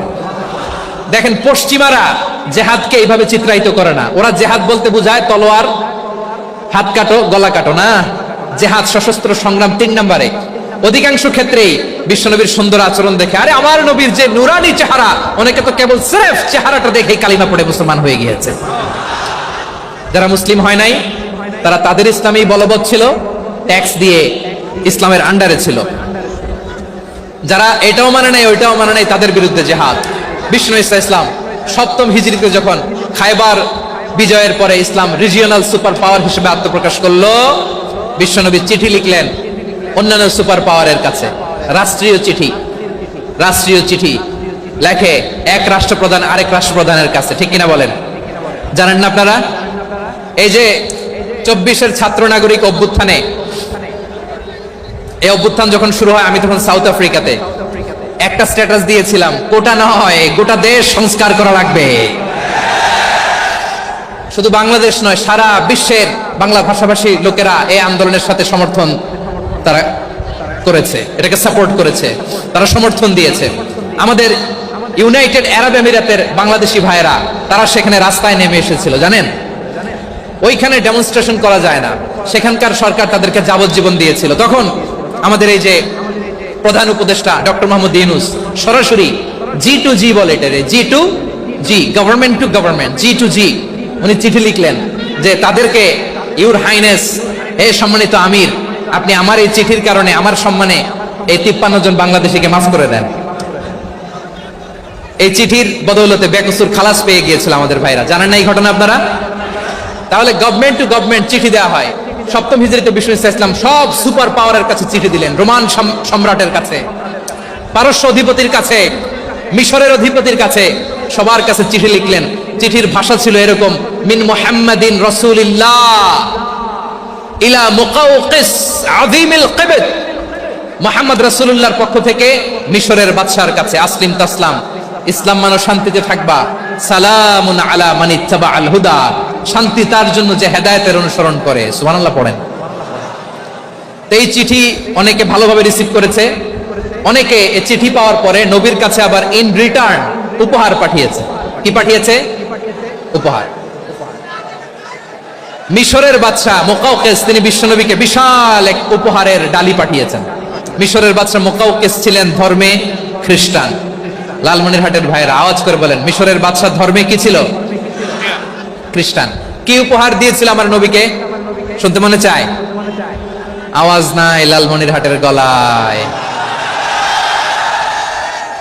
শুনতে মনে চায়? 1000 স্বর্ণ মুদ্রা, 1000 স্বর্ণ মুদ্রা। 2টা খ্রিস্টান দাসী, একজনের নাম মারিয়া বিনতে শামাউন আল কিবতিয়া, আরেকজনের নাম সিরিন বিনতে শামাউন আল কিবতিয়া। একজন খ্রিস্টান দাস 20 থান কাপড় জামা বানানোর জন্য, আমরা নবী যেন সেলাই করে জামা বানাতে পারে এজন্য 20 থান কাপড়, 20 থান ফাইন গার্মেন্ট, সুবহানাল্লাহ বলবেন না? এরপরে একটা গাধা যেটার নাম ছিল উফাইর, আর একটা খচ্চর, এটার নাম ছিল দুলদুল। খচ্চর চিনেন? গাধা আর ঘোড়ার ক্রসিং এ যে প্রাণীটা দুনিয়াতে আসে ওটার খচ্চর বলে। তো এই যে সুপার পাওয়ার খ্রিস্টান বাদশার কাছে নবী চিঠি লিখলেন, ওই খ্রিস্টান বাদশা আমার নবীকে উপহার দিল। বিশ্বনবী এই উপহারগুলো সানন্দে গ্রহণ করেছে। সুবহানাল্লাহ পড়বেন না? তাহলে অমুসলিম কেউ যদি আপনাকে উপহার দেয়, হালাল উপহার হলে আপনি গ্রহণ করতে পারবেন। অনুরূপভাবে পারস্যের বাদশাহ রোম সম্রাট বিশ্বনবীকে উপহার পাঠিয়েছেন, আমার নবী সবগুলো উপহার গিফট গ্রহণ করেছেন। সুবহানাল্লাহ বলেন। তাহলে প্রিয় লালমনিরহাট, আওয়াজ করে বলুন, ইসলাম কি ন্যারো মাইন্ডেড রিলিজিয়ন না ব্রড মাইন্ডেড? আম্মাজান আয়েশার কাছে মাসালা জানতে চায় মেয়েরা, হে আম্মাজান, অগ্নি উপাসকেরা তাদের ঈদের দিন নওরোজের সময় আমাদেরকে পাখি দেয়, নেওয়া যাবে? উনি বললেন, ওরা জবাই করে দিলে নেওয়া যাবে না, কিন্তু ওরা যদি ফলমূল এরকম খাবার দেয় এগুলো নেওয়া যাবে। তার মানে অমুসলিমদের দেয়া উপহার এটা গ্রহণ করা যায়। সুবহানাল্লাহ বলেন। শুধু তাই নয়, বিষ্ণু ঈসা ইসলাম অমুসলিমদের সাথে আর্থিক লেনদেনও করেছেন, ফিনান্সিয়াল ডিলিং করেছেন। অমুসলিমদের সাথে প্রয়োজনে আপনি ফিনান্সিয়াল ডিলিং করতে পারবেন। আমরা প্রায় দেখি বাজারের মিষ্টির দোকানগুলো আমার হিন্দু ভাইদের। লালমনিরহাটে মিষ্টির দোকান, দইয়ের দোকান কারা চালায়? হিন্দুরা চালায় না? তারপরে যে বারবার শপ, চুল কাটে যে নাপিত, অধিকাংশ নাপিতের দোকানে কারা? আমার হিন্দু ভাইরা। আপনি চুল কাটতে পারবেন কিনা? পারবেন কিনা বলেন? পারবেন। তার দোকান থেকে দই মিষ্টি কিনতে পারবেন কিনা? হ্যাঁ, আমার মুসলিম ভাইয়ের দোকান থাকলে ওইটার আমি বেশি প্রায়োরিটি দিব, ঠিক কিনা? কিন্তু যদি তাদের সার্ভিস নিতে চান, প্রোডাক্ট নিতে চান, পারবেন। তার দলিল সহিহ বুখারী, আম্মা জান আয়েশা রাদিয়াল্লাহু তাআলা আনহা বলেন, ইশতারা রাসূলুল্লাহ সাল্লাল্লাহু আলাইহি ওয়াসাল্লাম মিন ইয়াহুদিয়িন তুআমান ওয়া রাহানাহু দিরআহু মিন হাদিদ। রাসূল সাল্লাল্লাহু আলাইহি ওয়াসাল্লাম এক ইহুদির কাছ থেকে, কার কাছ থেকে? সবাই বলে নাই। কার কাছ থেকে? আমার নবী, পেয়ারা নবী এক ইহুদির কাছ থেকে জব কিনেছিল, জব, বার্লি, যেটা দিয়ে রুটি বানায়। ওই জবের দাম দেওয়ার টাকা পয়সা নবীর কাছে ছিল না, ফলে নবী ওনার একটা পোশাককে মর্গেজ রেখেছিলেন, মর্গেজ, বন্ধক, যে এখন এটার দাম দিতে পারবো না, কয়েক কেজি বার্লি নিয়ে যাই আর বন্ধক হিসেবে আমার জামাটা রেখে গেলাম, যেদিন দাম দিব ওই দিন জামাটা ছুটাই নিয়ে যাব। সুবহানাল্লাহ পড়বেন না? বাকিতে নিছিলেন, বাকিতে। দিরআহু মিন হাদিদ, লোহার তৈরি বর্ম, মানে যুদ্ধের পোশাক, লোহা দিয়ে বানানো। বিশ্বনবী বললেন, কয়েক কেজি জব দাও, টাকাটা পরে দিব, এখন টাকা নাই, বন্ধক হিসেবে, মর্গেজ হিসেবে আমার জামা রেখে গেলাম, যখন টাকা দিব জামা ছুটায় নিব। আওয়াজ করে বলতে হবে সুবহানাল্লাহ। এ থেকে বোঝা গেল অমুসলিমদের সাথে ফিনান্সিয়াল ডিলিং করা যায়, অর্থনৈতিক লেনদেন করা যায়, কেনাবেচা করা যায়, প্রোডাক্ট কেনা যায়। এমনকি আমাদের মসজিদে নববীতে বারান্দায় আপনারা একটা অটোমেটিক ফ্লাইং আমব্রেলা দেখছেন? সূর্য যখন বাড়ে মসজিদে নববীর বারান্দায় ইয়ার্ডের মধ্যে অটোমেটিক্যালি কিছু আমব্রেলা আছে, শাঁ করে খুলে যায়, আর সূর্যের তাপ লাগে না। আবার সন্ধ্যাবেলায় এই আমব্রেলা গুলো ওরা ক্লোজ করে ফেলে, দেখেন নাই না? দেখছেন? এই মসজিদে নববীকে সর্বোচ্চ উন্নত মানের কনস্ট্রাকশন ইনফ্রাস্ট্রাকচারে ডেভেলপ করার জন্য কর্তৃপক্ষ কিছু অমুসলিম ইঞ্জিনিয়ারের, ডিজাইনারের সহায়তা নিয়েছিল। সুবহানাল্লাহ বলেন। কোন দলিলের ভিত্তিতে? এই দলিলের ভিত্তিতে যে বিষ্ণু ঈসা ইসলাম অমুসলিমদের সাথেও লেনদেন করেছেন। আওয়াজ করে বলতে হবে আল্লাহু আকবার। শুধু তাই নয়, ইন কেস অফ ইমার্জেন্সি, প্রয়োজনে ইসলামের খাতিরে, ইসলামকে সামনের দিকে এগিয়ে নিয়ে যাওয়ার জন্য অমুসলিমদের সাপোর্ট নেওয়া জায়েজ আছে। সুবহানাল্লাহ বলেন। অমুসলিমদের সাপোর্ট নেয়া, তাদের থেকে অর্থ নেয়া, পলিটিক্যাল সাপোর্ট, পলিটিক্যাল অ্যাসাইলাম নেওয়া জায়েজ আছে। আমাদের অনেক বিশ্ববরেণ্য দায়ীরা আমেরিকায় অস্থায়ীভাবে অ্যাসাইলাম নিয়ে থাকে, নিজের দেশে গেলে ফাঁসিতে ঝুলাই দিবে।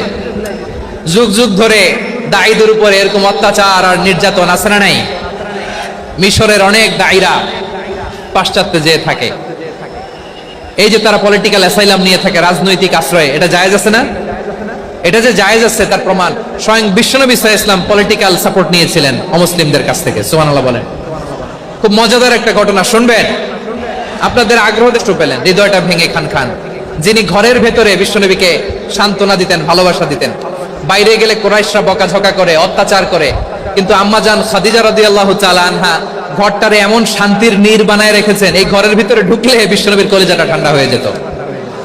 এজন্য রব্বুল আলামিন বলেন, খাদিজা, ও আমার বান্দি খাদিজা, জান্নাতে এমন স্পেশাল একটা ঘর আমি তোমার জন্য রেডি করে রেখেছি। ওই ঘরের মধ্যে কোনো আওয়াজ নাই, ওই ঘরের মধ্যে কোনো নয়েজ নাই, ওই ঘরে কোনো বিশৃঙ্খলা নাই। কারণ মক্কার জমিনে আমার নবী কুরাইশদের বিশৃঙ্খলা, নয়েজ আর ঝামেলাগুলোকে উপেক্ষা করে যখন তোমার ঘরের ভিতরে ঢুকতো, ঘরটারে তুমি শান্তির নীড়, ঠান্ডা নীরব, নিস্তব্ধ, নিঝুম আর শান্তির নীর বানিয়ে রেখেছো। এজন্য জান্নাতে স্পেশাল একটা শান্তির নীর আমি তোমারে উপহার দেব। ওই প্রিয়তমা স্ত্রী খাদিজা ইন্তেকাল করলেন, বিশ্বনবীর হৃদয় ভেঙে খান খান। আবার ওনার চাচা আবু তালেব ইন্তেকাল করলেন, যিনি পলিটিক্যাল শেল্টার দিতেন নবীকে। কে দিতেন?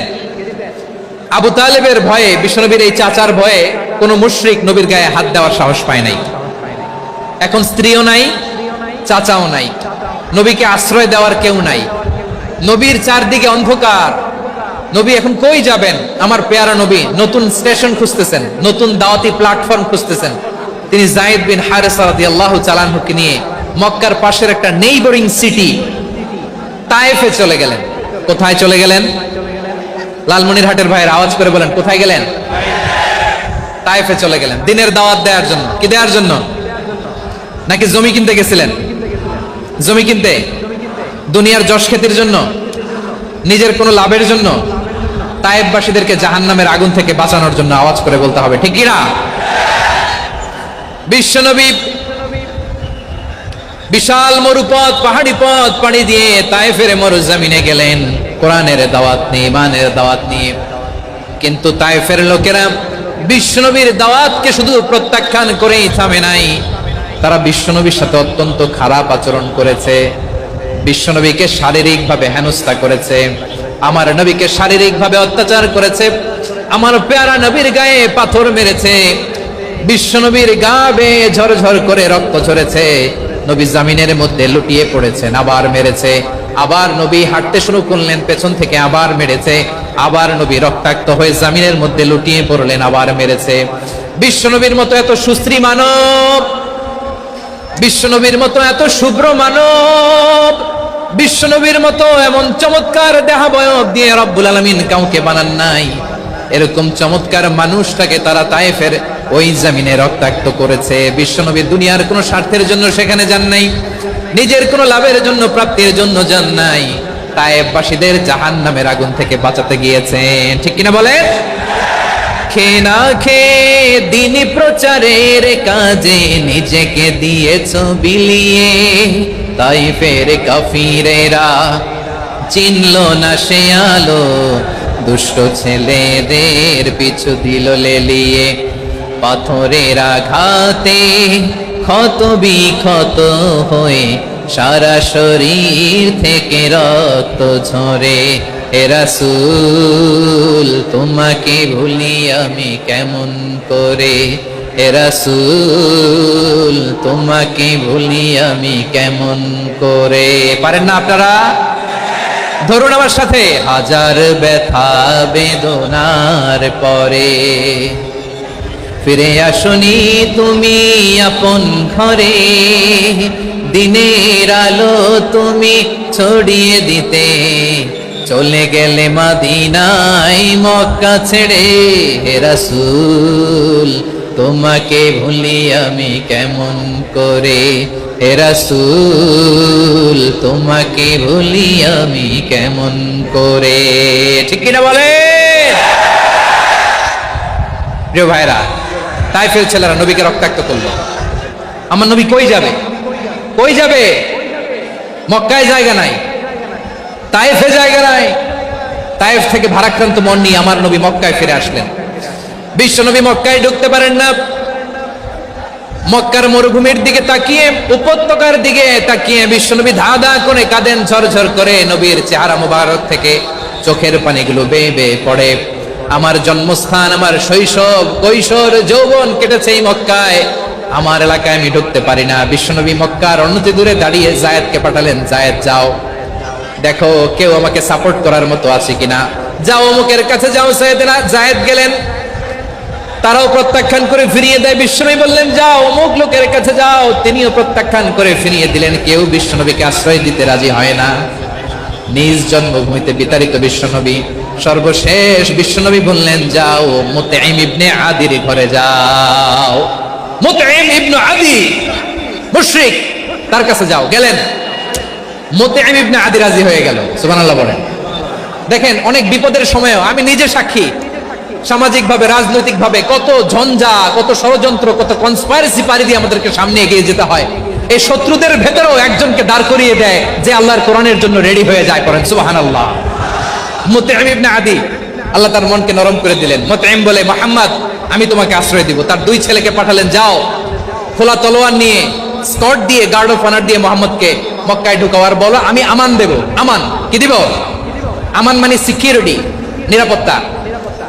সিকিউরিটি ছাড়া, আমান দেওয়া ছাড়া কেউ থাকতে পারতো না মক্কায়। দুই ছেলে বিষ্ণু ইসা ইসলামকে নিয়ে আসলো। নবী কাবার চারদিকে তাওয়াফ করলেন, নামাজ পড়লেন। আবু জাহেল, উতবা, শাইবা, ওয়ালিদ ইবনে মুগিরা সবাই দেখে, কেউ কিছু করতে পারে না। কারণ মুতঈম ইবনে আদি ঘোষণা দিয়েছেন, আমি মুহাম্মদকে আমান দিয়েছি, মুহাম্মদের গায়ে যেন কেউ স্পর্শ না করে। আওয়াজ করে পড়েন সুবহানাল্লাহ। নবীর এই বিপদকালে মুহূর্তে মুতঈমের হৃদয়টারে নরম করে দিল কে? আচ্ছা, লালমনিরহাটের ভাইরা বলেন, এই মুতঈম কি মুসলিম ছিল না মুশরিক? সবাই বলতে হবে, মুসলিম না মুশরিক? তাহলে মুশরিকের কাছ থেকে নবী পলিটিক্যাল অ্যাসাইলাম, আধুনিক রাষ্ট্রবিজ্ঞানের ভাষায় পলিটিক্যাল অ্যাসাইলাম যেটাকে বলে, রাজনৈতিক আশ্রয়, উনার আমান বা নিরাপত্তার এই ঘোষণায় তিনি মক্কায় ঢুকলেন। যতদিন নিরাপত্তা ছিল ছিলেন। মুতঈম যখন মারা গেল, বিষ্ণু ইসলাম হিজরত করে মদিনায় চলে গেলেন। সুবহানাল্লাহ। কিন্তু মুতঈম যে বিশ্বনবীর উপকার করছে এটা বিশ্বনবী ভুলে নাই। আমাদের অনেকে আছে, উপকার করার পরে আর খেয়াল থাকে না, খাওয়ার পরে গলা দিয়ে নামলে আর খেয়াল থাকে না। এরকম আছে না নাই? আমার নবী ভুলে নাই। বদরের প্রান্তরে 70 জন কাফেরকে যখন বন্দী করে বিশ্বনবীর সামনে হাঁটু গেড়ে দাঁড় করানো হলো, বসানো হলো, 70 জন কাফের। কয়জন? বিশ্বনবী তাদের দিকে তাকিয়ে বললেন, সহিহ বুখারীর বর্ণনা, লাউ কানাল মুতঈম ইবনে আদি হাইয়ান সুম্মা কাল্লামানি হাউলাঈ নাতনা লা তারাকতুহুম লাহু। বদরের প্রান্তরে 70 জন বন্দী কাফিরের দিকে তাকিয়ে আমার নবী বললেন, আজকে মুতঈম ইবনে আদি যদি বেঁচে থাকতো আর তোমাদের 70 জনের ব্যাপারে যদি মুতঈম এক বাক্যে একটা সুপারিশ করতো, তার সম্মানে আজকে তোদের সবাইকে আমি মাফ করে দিতাম। সুবহানাল্লাহ। নাই? ওই যে চিল্লাচিল্লি যে কথা বুঝে নাই, কোন জিনিস মিস করছে ওরা নিজেরাও বুঝে নাই। বিশ্বনবী মুতঈমের এই সাহায্যের কথা বলে নাই। 70 জন মুশরিক হাঁটু গেড়ে বসা, নবী চাইলে এখনই এক্সিকিউশন অর্ডার দিতে পারে। তিনি বললেন, আজকে যদি মুতঈম বেঁচে থাকতো আর মুতঈম যদি তোদের জন্য সুপারিশ করতো, এই আবর্জনাগুলোর ব্যাপারে সুপারিশ করতো, আমি মুহূর্তেই তোদেরকে এমনি মাফ করে দিতাম। এবার বলেন, ইসলাম কি ন্যারো মাইন্ডেড না ব্রড মাইন্ডেড? শুধু তাই নয়, যাকে যে সম্মান দেয়ার আমার নবী দিতেন, হোক আস্তিক হোক নাস্তিক, হোক মুসলিম হোক অমুসলিম। বিষ্ণু ইসলাম যখন রোমান সম্রাটের কাছে চিঠি লিখেছেন, আমার প্রিয় লালমনিরহাটের ভাইরা, অল্প কয়েক মিনিট কয়েকটা জরুরি কথা বলবো। এদিকে তাকান, এদিকে তাকান। রোমান সম্রাটের কাছে বিশ্বনবী যখন চিঠি লিখলেন মিন মুহাম্মদ রাসূলিল্লাহ ইলা হিরাকলা আযীমের রোম। মুহাম্মদের পক্ষ থেকে হিরাক্লিয়াসের কাছে, যিনি হচ্ছেন আযীমের রোম। এটা নবী নিজ থেকে বানায় লিখছেন, অতিরিক্ত সম্মান দিয়ে। কোন রাষ্ট্রপ্রধান যখন আসে তাদেরকে আমরা কি বলি জানেন? তার নামের শেষে HE এটা লিখতে হয়। H.E. মানে হিজ এক্সেলেন্সি। কি লেখে? হিজ এক্সেলেন্সি অথবা ইউর হাইনেস, ইউর ম্যাজেস্টি। দেখেন, বিশ্বনবী সাল্লাল্লাহু আলাইহি ওয়াসাল্লাম সব নবীদেরও নবী। তিনি একজন মুশরিক খ্রিস্টান সম্রাট রোমান সম্রাটের কাছে চিঠি লিখতে যায়, লিখতেছে, ইলা হিরাকলা আযীমের রোম। হিরাক্লিয়াসের কাছে আমার চিঠি, যিনি রোমের আযীম, হিজ হাইনেস, মানে রোমের অনেক সম্মানিত এক বাহাদুর। আওয়াজ করে বলেন সুবহানাল্লাহ। তার মানে যাকে যে সম্মান দেয়ার এটা বিশ্বনবী দিতেন। এমনকি যে ইহুদিরা ভালো ছিল, এই ইহুদিদেরও প্রশংসা করেছেন বিশ্বনবী মুহাম্মদুর রাসূলুল্লাহ সাল্লাল্লাহু আলাইহি ওয়াসাল্লাম। এক ইহুদির প্রশংসা করেছেন বিশ্বনবী। ইহুদির কার? আমি তো আমার ভাইয়ের প্রশংসা করি না, আমি তো এক আলেম আরেক আলেমরে স্পেস দেই না, আমি তো এক দায়ী আরেক দায়ীর সাথে বসতে চাই না। আমার নবী ইহুদির প্রশংসা করে। কার প্রশংসা? ওই ইহুদির নাম ছিল মুখাইরিক। সিরাত গ্রন্থ ঘাটলে পাবেন। তিনি বলেছেন, মুখাইরিক খাইরু ইয়াহুদ, মুখাইরিক is the best of the Jews. জুইসদের মধ্যে সে সবচেয়ে ভালো। কেন প্রশংসা করলেন তার? এর কারণ মদিনা চার্টারে কথা ছিল, সব ধর্মের মুসলিম মুশরিক ইহুদিরা মিলে মদিনাকে রক্ষা করবে। কিন্তু 3য় হিজরিতে যখন উহুদের যুদ্ধ শুরু হলো, সবার কথা ছিল, যেই আক্রমণ করে আমরা মদিনাকে বাঁচাবো। কোন শহরকে বাঁচাবো? মদিনাকে। কিন্তু কুরাইশরা যখন অ্যাটাক করলো, ইহুদিরা আর আসে না, ইহুদিরা আর বেরোয় না। বিষ্ণু বললেন, ওহে ইহুদিরা, তোমরা না চুক্তি করলে আমার সাথে যে মদিনা বাঁচাতে সবাই ঝাঁপিয়ে পড়বো, আসো। একটা ইহুদিও বেরোয় না, কেউ আসে না সেদিন, একজন ছাড়া, তার নাম মুখাইরেক। তার নাম কি? মুখাইরেক বাহাদুরের মতো ঘোড়সাওয়ার হয়ে বেরিয়ে গেলেন এবং বললেন, গোটা ইহুদি সাম্রাজ্যের একজনও যদি না আসে, আমি মুখাইরেককে কেউ ঘরে আটকে রাখতে পারবে না। বেরিয়ে আসলেন, এসে বললেন, আমি মুহাম্মদের পক্ষে যুদ্ধ করব। আমি মারা গেলে আমার সম্পদ আমার উত্তরাধিকারীরা পাবে না, আমার সম্পদ তোমরা মুহাম্মদকে দিয়ে দিবা। সুবহানাল্লাহ বলেন। উহুদের ময়দানে 70 জন মুসলমান শহীদ হলো। এই ইহুদি সেও মুসলমানের পক্ষে যুদ্ধ করে নিহত হলো। সুবহানাল্লাহ বলেন। মুসলিমদের লাশ যখন নিয়ে আসা হলো, এই মুখাইরিকের লাশও নিয়ে আসা হলো। মুসলিমদের লাশের পাশে মুখাইরিকের লাশ দেখে বিশ্বনবী মুখাইরিকের প্রতি অনেক খুশি হলেন। আর বিশ্বনবী খুশি হয়ে বললেন, মুখাইরিক খায়রু ইয়াহুদ, মুখাইরিক, যদিও তুমি ইহুদি, তারপরে তুমি সব ইহুদিদের মধ্যে সেরা ইহুদি। পড়েন সুবহানাল্লাহ। আমার নবী ইহুদিকেও সম্মান দিতে কার্পণ্য করে নাই। আওয়াজ করে বলেন আল্লাহু আকবার। প্রিয় ভাইরা, এবার সর্বশেষ আওয়াজ করে বলেন, ইসলাম কি ন্যারো মাইন্ডেড নাকি ব্রড মাইন্ডেড?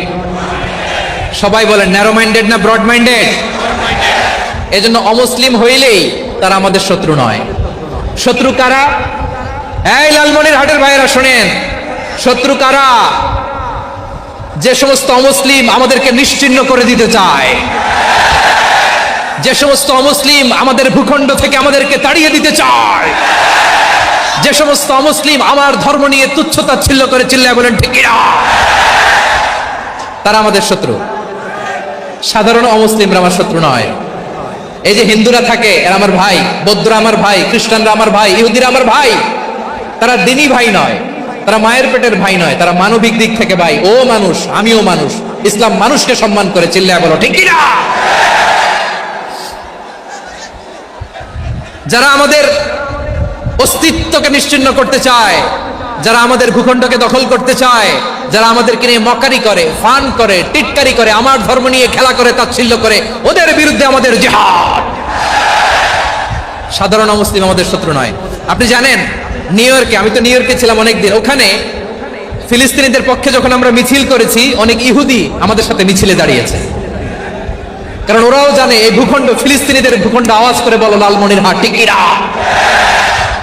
ইসরায়েলের রাজধানী খোদ তেল আবিবে অনেক ইহুদিরা বেঞ্জামিন নেতানিয়াহু তার বিরুদ্ধে মিছিল করেছে। তো তারা কি আমাদের শত্রু? না। অনেক খ্রিস্টান আমাদের সাথে, আমাদের স্বার্থ রক্ষায় আমাদের পাশে দাঁড়িয়েছে। খেয়াল রাখবেন, হিন্দু আর হিন্দুত্ববাদ এক নয়, ইহুদি ধর্ম আর জায়নিজম এক নয়। জায়নিজমের বিরুদ্ধে আমাদের সংগ্রাম, আমাদের জিহাদ, চিল্লায় বলেন ঠিক কিনা। এই যে ফিলিস্তিনের ভাইরা, তারা তাদের স্বাধীনতা সংগ্রামের জন্য লড়াই করছে, করে যাচ্ছে, আমরা এটাকে সমর্থন জানাই, চিল্লায় বলেন ঠিক কিনা। কাশ্মীরের ভাইরা স্বাধীনতার জন্য সংগ্রাম করছে, আমরা সেই সংগ্রামকে সমর্থন জানাই, আওয়াজ করে বলো ঠিক কিনা। যারাই আমাদের ইসলামকে নিশ্চিহ্ন করতে চায়, তাদের বিরুদ্ধে আমাদের সংগ্রাম, আওয়াজ করে বলতে হবে ঠিক কিনা। ওই সমস্ত দুর্বৃত্তদের সাথে আমাদের কোনো সম্পর্ক নাই। আমরা যদি ঐক্যবদ্ধ থাকতে পারি, ওই দুর্বৃত্তরা চান্স পাবে না। আমরা ঐক্যবদ্ধ থাকতে রাজি আছি। লালমনিরহাটের ভাইরা, আমরা ঐক্যবদ্ধ থাকলে ওই দুর্বৃত্তদের কালো হাত ভেঙে দিতে আমাদের সময় লাগবে না। তাদের কালো হাত ভেঙে দিতে রাজি আছো মুসলমান? কারা কারা রাজি? দু হাত তুলে দেখাও।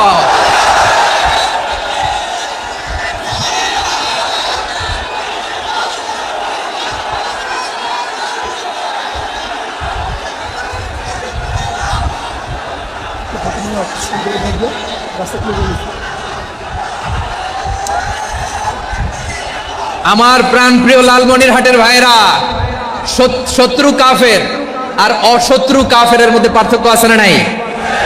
আবু তালেব মুশরিক, আবু জাহেল মুশরিক, কিন্তু দুই মুশরিকে পার্থক্য আছে না নাই? আবু তালেব নবীর চাচা, মুশরিক, মারা গিয়েছে মুশরিক অবস্থায়, কিন্তু আজীবন আমার নবীকে আগলে রেখেছে, আমার নবীকে সাপোর্ট করেছে, ভালোবেসেছে। আবু জাহেল মুশরিক, মারা গিয়েছে মুশরিক হিসেবে, আজীবন আমার নবীর বিরুদ্ধাচারণ করেছে। আবু জাহেলের শক্তি, সামর্থ্য, স্ট্র্যাটেজি, প্ল্যান সব আমার নবীর বিরুদ্ধে ছিল। আবু জাহেলের কারণে একটা দিন শান্তিতে আমার নবী মক্কায় ঘুমাতে পারে নাই, চিল্লায় বলেন ঠিক কিনা। এজন্য রব্বুল আলামিন বলেন, লা ইয়ানহাকুমুল্লাহু আনিল্লাযীনা লাম ইউকাতিলুকুম ফিদ-দীনি ওয়া লাম يخرجوكم من دياركم أن تبروهم وتقسطوا إليهم إن الله يحب المقسطين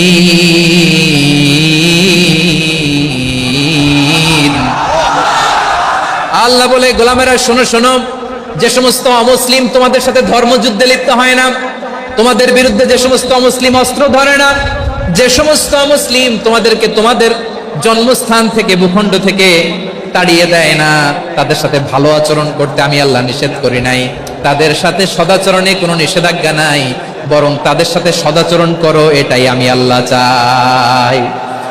তাহলে আমার যে অমুসলিমরা আমাদের সাথে শত্রুতা করে না, তুচ্ছতাচ্ছিল্য করে না, আমাদের ভূমি থেকে আমাদেরকে উচ্ছেদ করতে চায় না, আমাদের বিরুদ্ধে অস্ত্র ধরে না, ওই অমুসলিম ভাইদের সাথে আমাদের কোনো দ্বন্দ্ব আছে? কোনো বিরোধ আছে? বরং আছে ভালোবাসা। বরং আছে কি? এই ভালোবাসা দিয়ে আমরা বিশ্ব জয় করবো। রাজি আছো মুসলমান?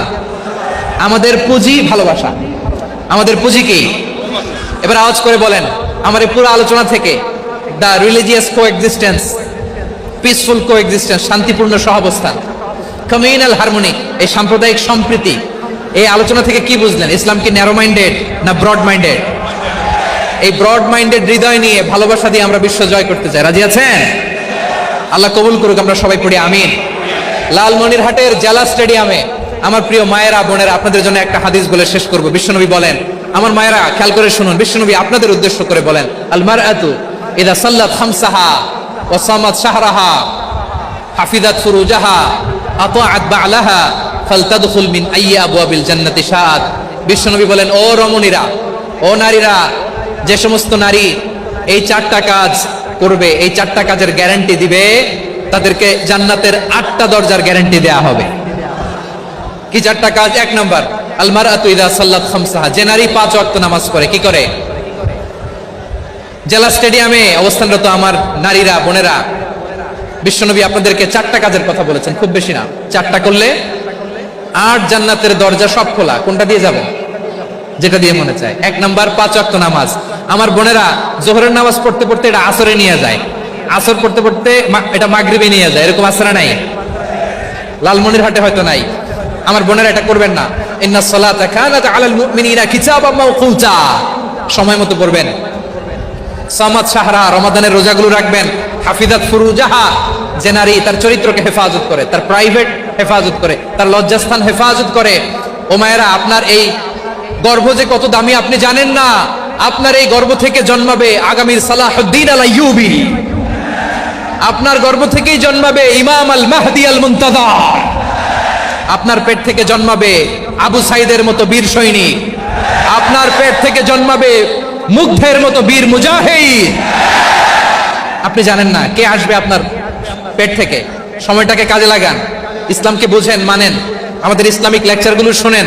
আমরা যে বার্তাগুলো, ইনস্ট্রাকশনগুলো, দিক নির্দেশনাগুলো আপনাদের খেদমতে রাখি, এগুলো মেনে চলুন। আপনিই পারেন আপনার ঘরটাকে জান্নাতের টুকরা বানাতে। একটা family, it's a very big institution and you are the MD, the managing director of this institution. চিল্লায় বলেন ঠিক কিনা? চাইলেই পারেন ঘরটারে জান্নাতের টুকরা বানাতে। 5 ওয়াক্ত সালাত, রমাদানের রোজা, নিজের চরিত্রের হেফাজত, ও আতাআত বা'লাহা, স্বামীর আনুগত্য। এটাতে অনেকে ভুল করে থাকে। হায় রে আমার বোনেরা, স্বামীর আনুগত্যকে এটা নিজের অপমান মনে করবেন না। আপনার স্বামী আপনার সবচেয়ে বড় গার্ডিয়ান, তিনি আপনার সবচেয়ে ভালো চায়। নারী কখনো গার্ডিয়ানশিপের বাইরে থাকতে পারে না। হয় আপনি বাবার গার্ডিয়ানশিপের ভেতরে, বাপ না থাকলে ভাই আপনার গার্ডিয়ান, ভাই না থাকলে চাচা গার্ডিয়ান, বিয়ের পরে আপনার স্বামী আপনার গার্ডিয়ান। শরিয়া সম্মত স্বামীর আদেশগুলো আপনি মেনে চলবেন, কিন্তু শরিয়া বিরুদ্ধ কোনো আদেশ মানতে আপনি বাধ্য নয়। আওয়াজ করে বলুন সবাই ঠিক কিনা? এই 4টা কাজ যদি কোনো নারী করে, বিষ্ণুই বলেন জান্নাতের 8টা দরজা খোলা। তোমার যেটা দিয়ে মনে চায় সেটা দিয়ে জান্নাতে তুমি এন্ট্রি নিতে পারবা। আমরা এখানে লালমনিরহাটের সোহরাওয়ার্দী ময়দানে আজকে যেমন একত্রিত হতে পারলাম, আল্লাহর জান্নাতেও যেন একত্রিত হতে পারে। আল্লাহ তুমি তৌফিক দান করো। আল্লাহ আমার এই কলিজার টুকরা যুবক ভাইদেরকে তুমি উমরে ফারুকের মতো কবুল করো। জেলা স্টেডিয়ামে অবস্থানরত আমার মা বোনদেরকে তুমি ফাতেমার মতো, খাদিজার মতো কবুল করো। আমাদের কলিজার টুকরা সন্তানদেরকে তুমি সালাউদ্দিন আল আইয়ুবীর মতো কবুল করো। এই যে ইসলামিক সোসাইটি লালমনিরহাটকে আল্লাহ তুমি কবুল করো। আল্লাহ যে কথাগুলো বললাম এগুলো প্রথমে আমাকে, আমার সব ভাইদেরকে আমল করার তৌফিক দান করো। ربنا ظلمنا أنفسنا وإن لم تغفر لنا وترحمنا لنكونن من الخاسرين ربنا লিল্লাহে তাকবীর।